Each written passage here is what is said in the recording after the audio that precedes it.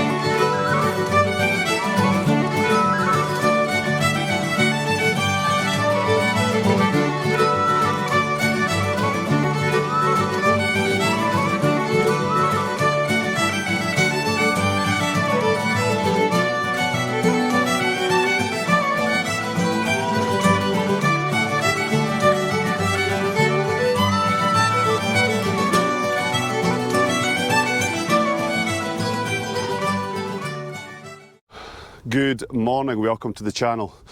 Today we've taken a very short drive across from Falkirk to just north of Lennoxtown to tackle a very short hilltop loop. We're going to go over the top of two tops before reaching the top of a mountain that was very popular with Tom Weir called Cort-ma Law. It shouldn't take us too long, but I'll let you see as we head further up. I wonder what this was.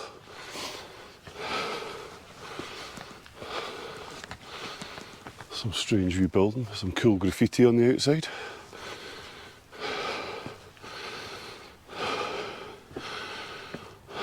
Yeah, that's a shame. I don't know why people feel the need to do that. That's annoying. I hate litter. Anyway, let's keep cracking up this part of the hill.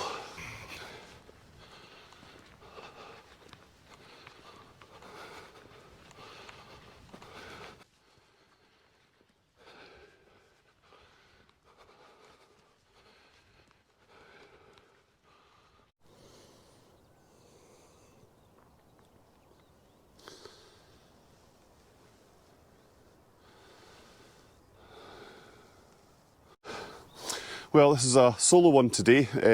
My friend Ryan, who you'll have seen if you watched the Glen Lyon Loop video and various of the other Munro videos, was supposed to be joining us this morning, but sadly I got a message at 3 o'clock this morning, which I only got when I got to his house, to say that he'd been up sick through the night. His wife was supposed to be joining us as well, but she too is not feeling very well, so Ryan and Emma get well soon. So no doubt I'll be back up here at some point, retracing my steps with both Ryan and Emma. But yeah, this looks like it's going to be a nice wee loop. The weather is quite nice at the minute. We've got the sunshine and a bit of blue sky above our heads. The weather's supposed to change around about 2 o'clock. It's supposed to get rainy. So I'm going to attempt to get round this quite quickly and back to the car before the rain hits. Or at least that's the plan. If you see me with my waterproofs on, you'll know I've been doing far too much talking to camera. So, less talking. And let's get further up the hill. Well, it's a bit of a foggy day today. Just ahead of us there in the centre of the picture, you can see Glasgow Celtic's training ground at Lennoxtown. And just in the grounds to the right there, in amongst the trees, I don't know if you'll be able to make that out, we have Lennoxtown Castle, which is apparently closed. Then off in the distance there, you can see Glasgow. So yeah, we're right bang in the central belt at the minute. Getting good views out towards the west. Well, that's us. We're officially into March now, and we're on the countdown to my third trip in a row along the West Highland Way, starting on the 30th of March. So quite excited about that. Chris, who's been watching the channel, had asked me what weight my pack was on the West Highland Way, and I honestly had to tell him, I don't know, never actually weighed it. What I tend to do is pack the stuff I know I'm definitely going to need, stick it on my back and then walk. So, honest answer, I don't know how heavy my pack is. So I'm going to do a loadout video at some point this month and actually weigh my pack, find out how much I'm carrying on my back. Could be useful for me to know. Well, would it be useful for me to know? Probably not, because I'm taking the stuff anyway. It's going to be whatever weight it is, but thanks for the question, Chris, and it's going to create another video for the channel, I guess. Yeah, so watch out for that coming in a few weekends' time, or if I can get a decent day, I'll get up there after work and get that filmed. Right, this wee hill's got quite a steep pull up straight from the car park down on the Crow Road. As you can hear from the puffing and panting, it's steep. It'll take your breath away, and that wind, for all it's March and the sun's out, there's still a wee bite in the air. So yeah, we're not far away off past the 400 metre mark, and then we'll have a short bit of climbing to do to get onto that first top. Right, we'll see you up there.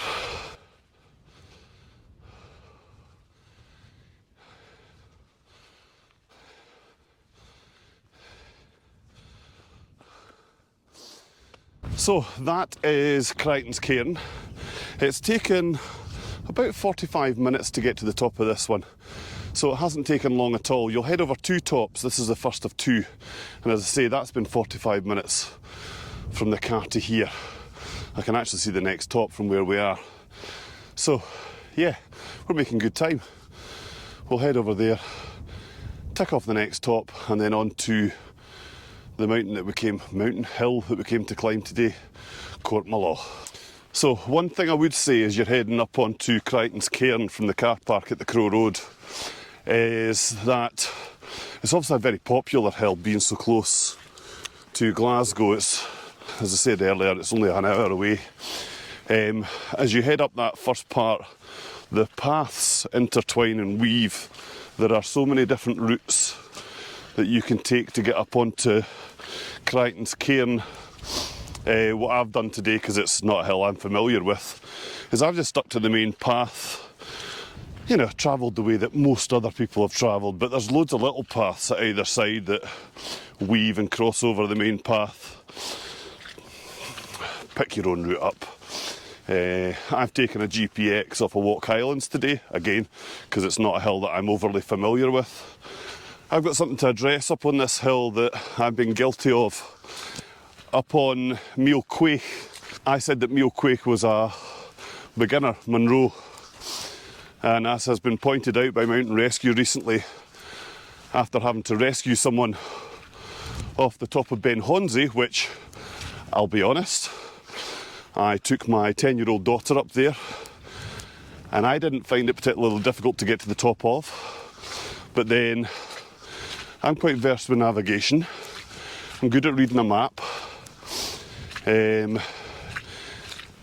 chose that mountain purely because for a lot of the way up there's a road which then, as you fork off onto the mountain path, you have an old fence line, so the posts are still there sticking up, and you can follow that fence line up where it eventually turns on a right corner and heads along to the summit shelter. And I found it relatively easy to find. Does that mean it's an easy Munro or a beginner Munro? No. I suppose what I'm saying, as YouTubers, especially ones that head into the hills and the mountains, we've got a wee responsibility to make sure that the information we give across doesn't create this false sense that mountains are somehow safe. They're not. Today you'll see I've got the navigation on my shoulder, my GPS unit. I have my inReach, so that if I was to hurt myself, then I can get help to me. Suggesting that mountains and hills are easy. I'm as capable of getting injured or hurt up here in the Campsie Fells as I would be climbing up on the Coolin Ridge and Skye. So yeah, that's a lesson learned for me. There are no easy Munros, there are no beginner Munros.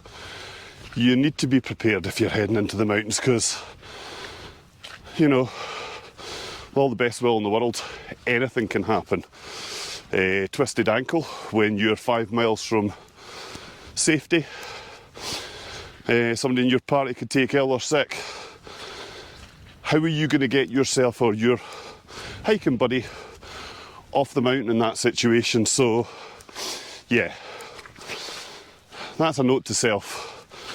There are no easy or beginner Munros, and that'll be the last time I'll ever label it as such. In fact, I'm probably going to change the name, well, the thumbnail and the description on my meal quake video to something a bit more suitable. Right, there's lots of boggy patches as we head up this little bit of the hill onto the top of the next top. Yeah, I'm going to have to pick my way through this. So I'm going to switch the camera off and figure out how we get across this.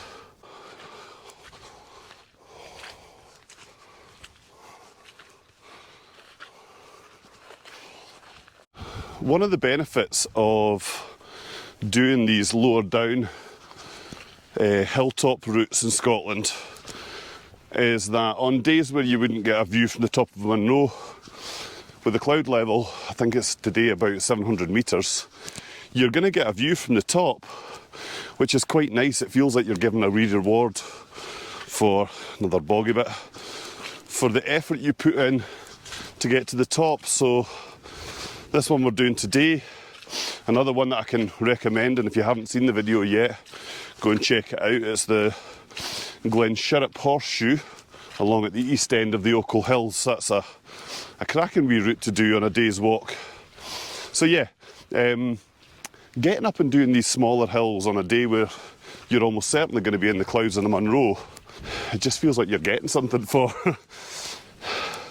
the effort that you're putting in.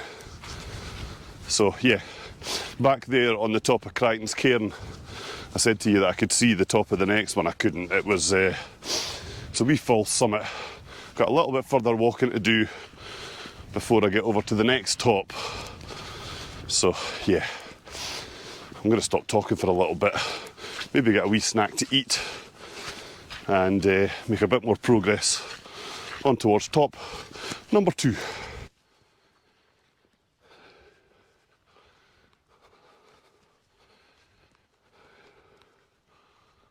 So I thought this was Lairs. Lairs actually is over there. It's taken us, what, about another 45 to 50 minutes to get over to here. Lairs doesn't seem to have a cairn on the top of it. This is not Lairs. This is just another wee cairn. We've checked on the OS map. And we're going to head off left now towards the east and head over to Cort-ma Law. So yeah, you've missed Lairs. Lairs doesn't seem to be important enough to have a cairn on top of it. Oh well. Right. We should be over on top of Cort-ma Law in the next, judging by the distance, about 20 minutes. Okay, so we'll bring you back when we get over to there. So, over near Falkirk we have Demyat, which sits just at the back of Wallasey's Monument in Stirling, which is a very, very popular hill to climb because it's relatively low. I can make it up there in about 45 minutes. And it's a good short wee hill to climb if you're short of time just looking to get up into the hills. This one, judging by the number of people who are on it, is this area's equivalent. And other than the boggy ground, I have to say it's been a great wee loop so far. I've quite enjoyed it. Hasn't taken long. As I say, I'm not far away from the top of Cort-ma Law now. Yeah, I can see why a lot of people come up and do this one. Then I'll definitely be back again, probably in the warmer weather, as I said, to do it with Ryan and Emma. Maybe bring the kids up here as well if they fancy it. I'm saying kids, they're no kids anymore, my 2 young adults. That's what they are. Right. Oh, last wee hill. And we're up onto summit of the hill that this loop's named after, Cort-ma Law.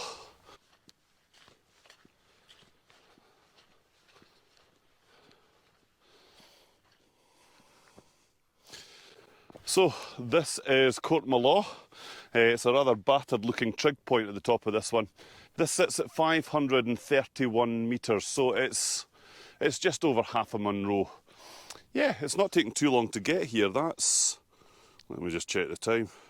We've taken just under 2 hours to get to the top of this, and this is us halfway round, but we should be about another 2 hours to get back, although the clouds are coming down now, so this is going to be a test of the navigation skills on the way back. Just what I was saying further back at the Lairs. When the clouds come down, you need to be able to navigate well. This is not very high up, but again, you can still get into trouble up here. So, I'm going to get a quick bite to eat, and then we're going to head. Yeah, I would have taken the drone up there, but I'm very conscious. I was just watching a video the other day, Abby Barnes, her channel, and she was talking about how she'd bought a drone years and years ago and had never taken it up. And the reason she doesn't like to fly it is because, it's that connection with nature that she looks for in a trip. And she's always tried to capture it from a first-person perspective, and sees the drone as a bit of an invasion where the noise is not nature, it's buzzing away above your heads and can disturb other people's enjoyment of the outdoors. So I was going to take the drone and give you a drone shot of Cort-ma Law, which I may do on another trip. But I was just conscious that there was other people up there, and they don't always want to hear your drone buzzing round as they try and have a quiet walk in the hills. So yeah, no drone footage of that one. I thought I would talk a wee bit on the way back down the hill about the stuff I carry in my bag. Now, what have I got today? Well, I've mentioned I've got a GPS unit, and quite often if you go into Walk Highlands, you can download GPX files for the route that you're going on, and if you have a GPS unit, then you can download that onto that, and that'll keep you right as you head round. Now, of course, digital things can always go wrong, so I've actually got two forms of electronic navigation on me. I've got the 66S GPS unit.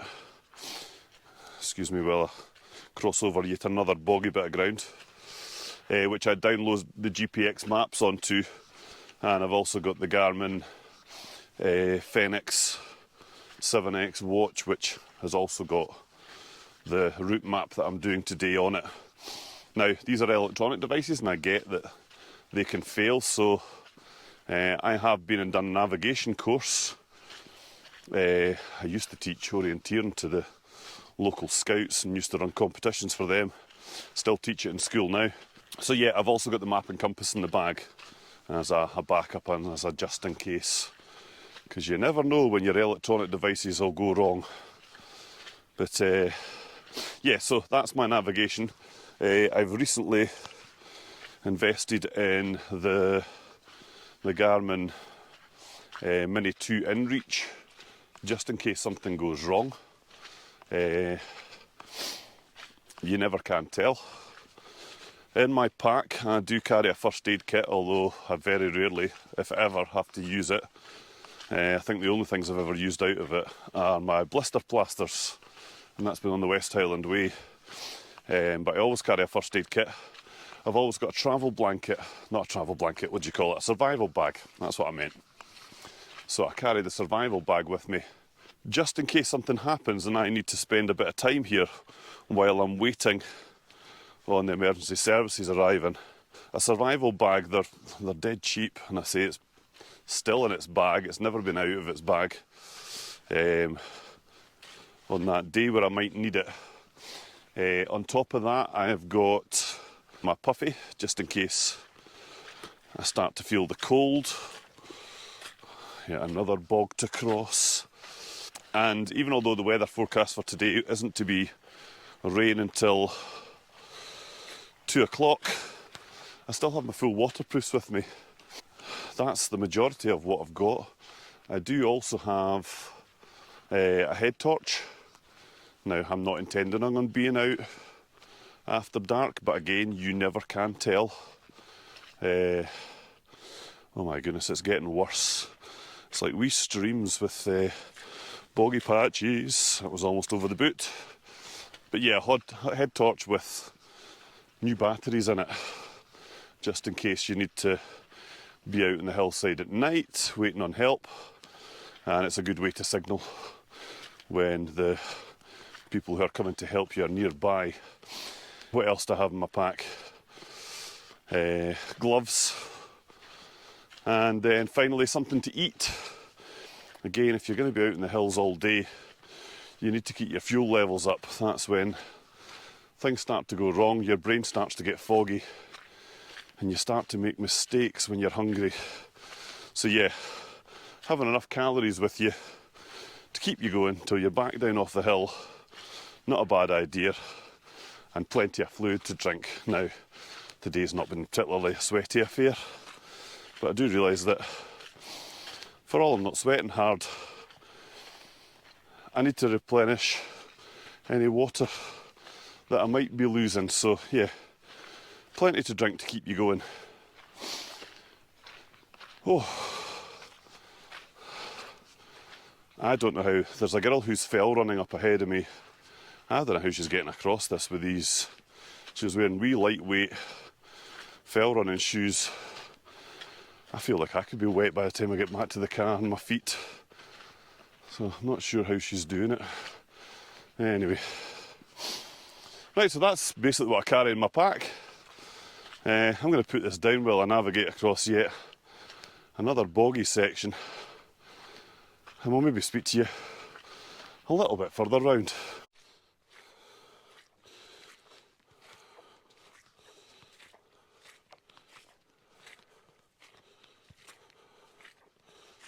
Doesn't look like so many people are coming this way, and I totally get why. I said the path up to Cort-ma Law was boggy. If you're coming to do the loop, once you get to Cort-ma Law, the path's just horrific. I said it was one I would recommend, but I'll be honest, the second part of the loop since we hit Cort-ma Law, yeah. Unless it's been a very hot summer's day, and I don't even know if it would dry up even then, I would head up to Cort-ma Law, turn round and retrace your steps. This is horribly, horribly boggy. Bits where if I wasn't wearing my gaiters by now, it would have been up and over my boots. Yeah. If nothing else, I'll be able to say I've completed it, but would I recommend it? Not the second part. First part, yes. Second part, no. Right, we're about to hit the top of another wee hilltop, and then I'm assuming we're turning left and heading back towards the car, because we've been heading steadily kind of northeast since we hit Cort-ma Law. So yeah, right, I'm glad I've got Gore-Tex boots on. Right, up to the top of this wee bit, and we'll make a bit more progress round. Just as a plane's coming over the top of us into land at Glasgow, just in the centre of the picture there is Meikle Bin, which has a crashed aeroplane on the top of it, which is quite interesting to go and have a wee look at. It's obviously classed as a grave now for the pilots who lost their life crashing on there. But yeah, that's another great wee hill to do from the end of Cairn Valley Reservoir. Been up there a few times. The last time I saw that somebody had been up on top of Meikle Bin, it had been former First Minister Nicola Sturgeon who'd taken a wee wander up there to get away from everything. Another cracking wee hill to do if you get a chance.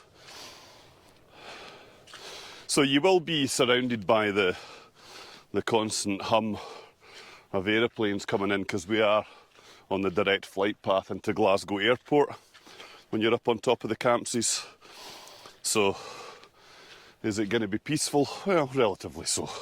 But you will have every few minutes another aircraft flying overhead as it heads down into Glasgow. Oh, I'm glad to be climbing now, getting away from that boggy ground behind us. This section doesn't seem to be as popular as that first section, and I totally understand why. If I hadn't had my gaiters and my boots on, there's points where it would have been up over the top of my shoes, my feet would be soaking by now. Would I recommend the whole loop? This time of year, maybe not. I don't know what it's like in the summertime, maybe it dries up, who knows.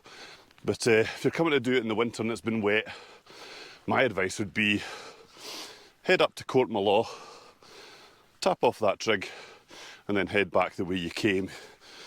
Your feet should stay relatively dry, if nothing else. So the final top that you'll be on, I've gotten it wrong back there. I said there was two, well, there is two tops before you get to Cort-ma Law, but the loop actually includes another hill called Lecket Hill, and it's got a toty wee cairn at the top of it, which I'll turn you around, and in the clouds behind it should be Meikle Bin.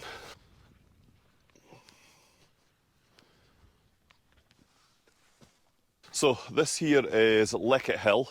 It stands at 547 metres, and just with its head in the cloud behind us we have Meikle Bin, which, as said earlier, you can climb from the far end of Cairn Valley. So I think this is the last hill we're on, and now we're straight back to the car. So from the top of Lecket Hill, I'm going to sign off here. This has been the Cort-ma Law Loop, going from the Crow Road. It takes in 3 mountain tops, with Cort-ma Law being the one that the whole loop's named after. My next video should be, it'll either be a gear review or it'll be my West Highland Way loadout video. So I'm going to sign off here. All that remains for me to say is go and create your own adventures, and we'll see you on the next one.